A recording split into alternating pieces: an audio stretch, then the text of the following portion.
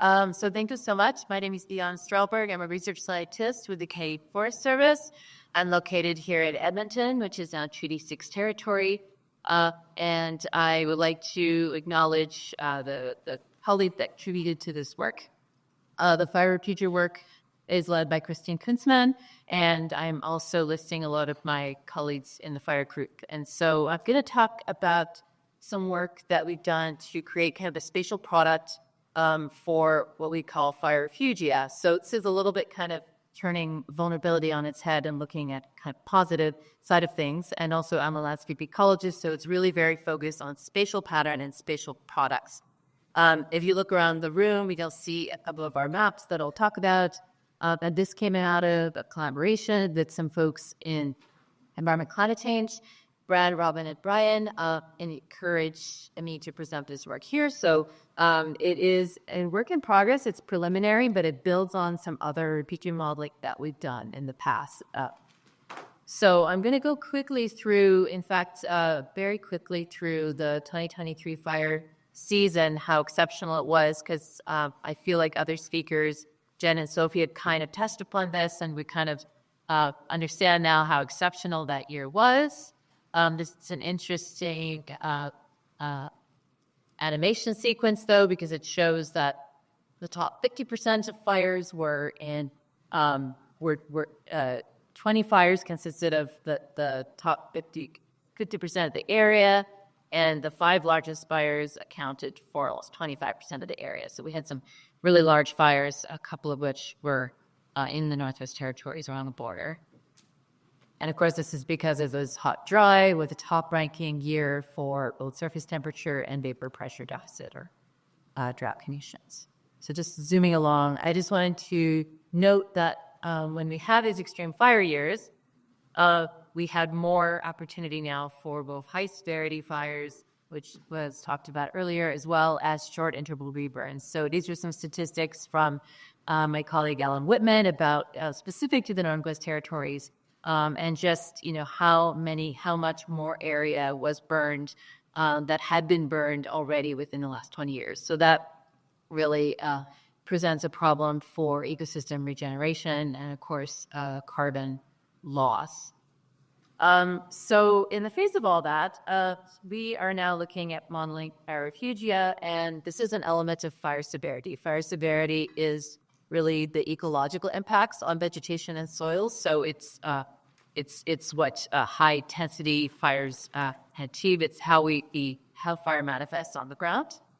And so high severity fires can alter vegetation regeneration and carbon fluxes. So that's, of course, why we care, one reason. And it can be measured, fire severity can be measured in the field using something called the composite burn index, which ranges from 0 to 3. And it can also be measured with remote sensing using pre- and post-fire imagery. And so we're looking at these indices that capture this burn ratio between the 2 years. And so we'll get into the equations there. I did want to, I'll mention fire refugia. So fire refugia are basically the low end of that severity spectrum. So fire refugia are these patches within fire that survive or stay burned, or at least are undistinguishable from pre-fire conditions after the fire. And so this equates to the CBI severity class of 0, and they're really important for post-fire recovery, especially when you have high severity, as you can have seed sources in the refugia to reseed the landscape. And so we think that these fire refugia can mitigate some of the negative effects that we see of increasing fire severity and also the decreasing reburn intervals. And so this is some work by Ellen Whitman again, is the basis for our modeling. So she and colleagues have used the field-collected composite burn index to train these models, and then estimated fire severity from satellite imagery from this index called the NBR, and then also incorporated information about pre-fire forest structure and composition to get a better rating or severity class. And this is that product that's going to be available pretty soon. But so this map of severity within fires is what we use to then build another model for the refugia component. So this is the unchanged component of the fire. So we modeled that, but actually just a quick detour to say that there's other ways potentially to map fire severity over larger areas than we can accomplish through the CBI. And so this is my colleague Guillermo Castilla, who's doing some work in a fire between Hay River Enterprise to build upon historic forest inventory plots to fly with drones and we can potentially get CBI from the air as well as on the ground. So just wanted to note that. But we use the product that I mentioned a couple slides ago, and we wanted to model the drivers of fire refugia. So we know that there can be a number of factors that drive fire refugia. There are bottom-up drivers like terrain, so slope, curvature, things like that can promote fire skips. In flat landscapes, of course, that's a smaller component of fire refugia. But peatlands can reduce burn severity, or any wetlands, really, anywhere where there's standing water, where there's moisture retention, where there's heterogeneity of fuel, provide fuel breaks. So these peatland complexes can be important. And also vegetation type in all vegetation type and pattern affects landscape climbability. So we wanted to look at these factors as well as top-down, being climate and fire weather, which of course affect fire emission, intensity, and spread, and fuel drains. So Christine has been leading this, and she's been using machine learning models to model the probability of fire refugia. And it is important to say that we're training it with data from 2002 to 2019. So this does predate the May 23 fires, and we have yet to validate it on those results. So this showed us some of the variables that went into the models. We have bottom-up variables of physical setting and vegetation or fuels. Importantly, we had wetland classes, permafrost, soil carbon, and you can see the data sources there. But we wanted to capture as much of the potential drivers as possible. That said, we're finding other variables we'd like to include, but these are what we have included so far.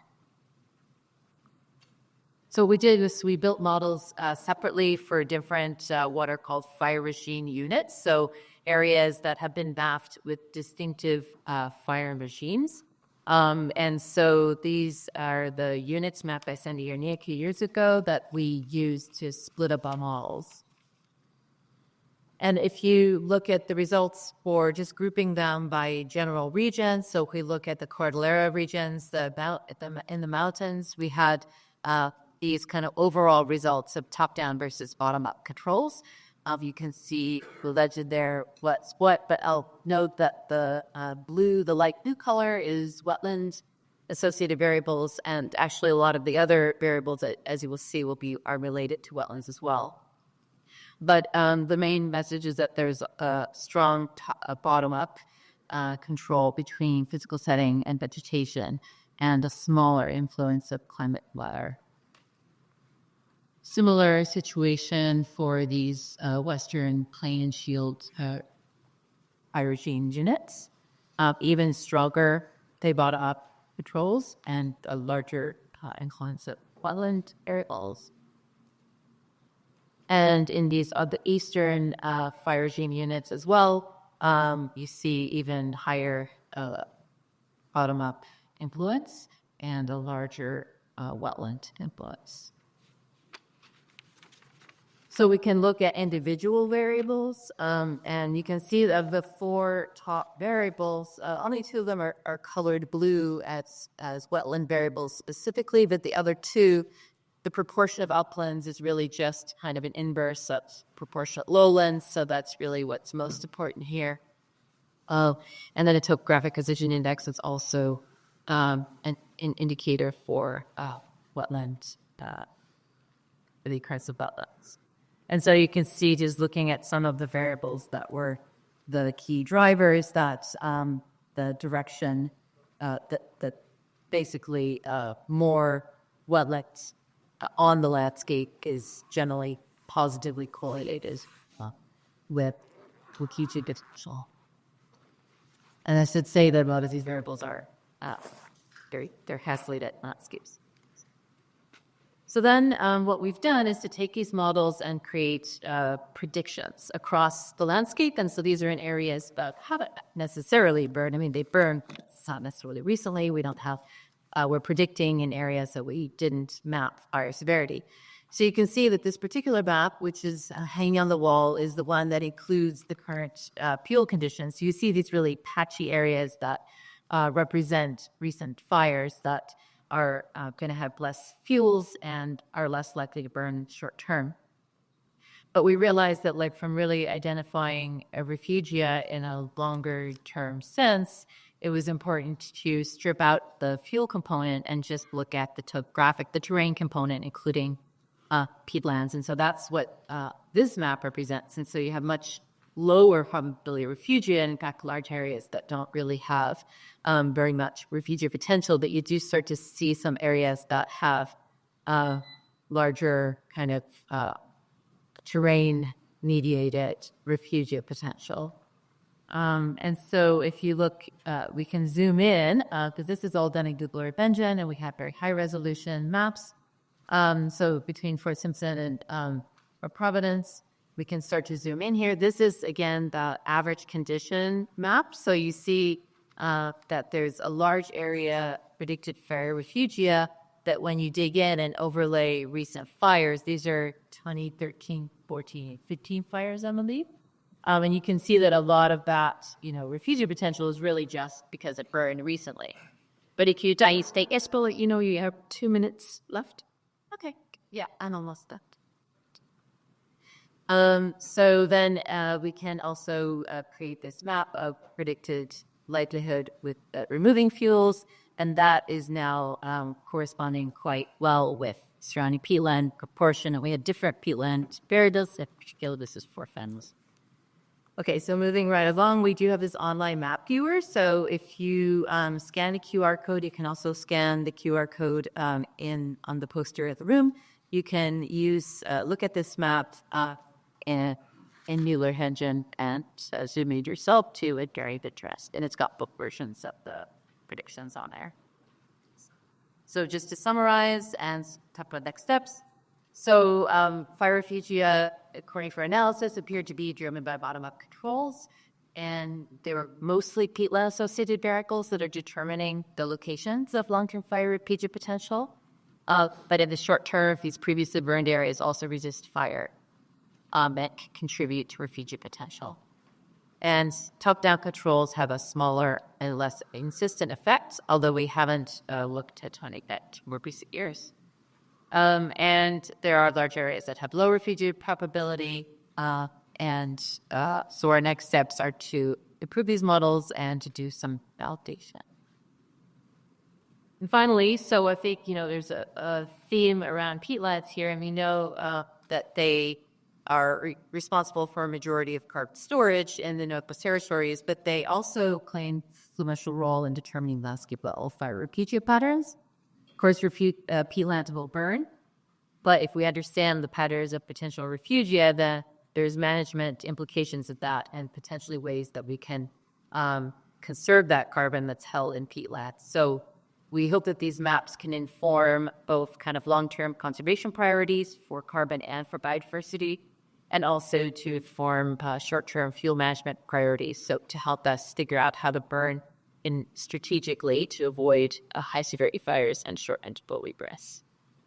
I'm going to take you over. No, that was perfect. Thank you, Diane.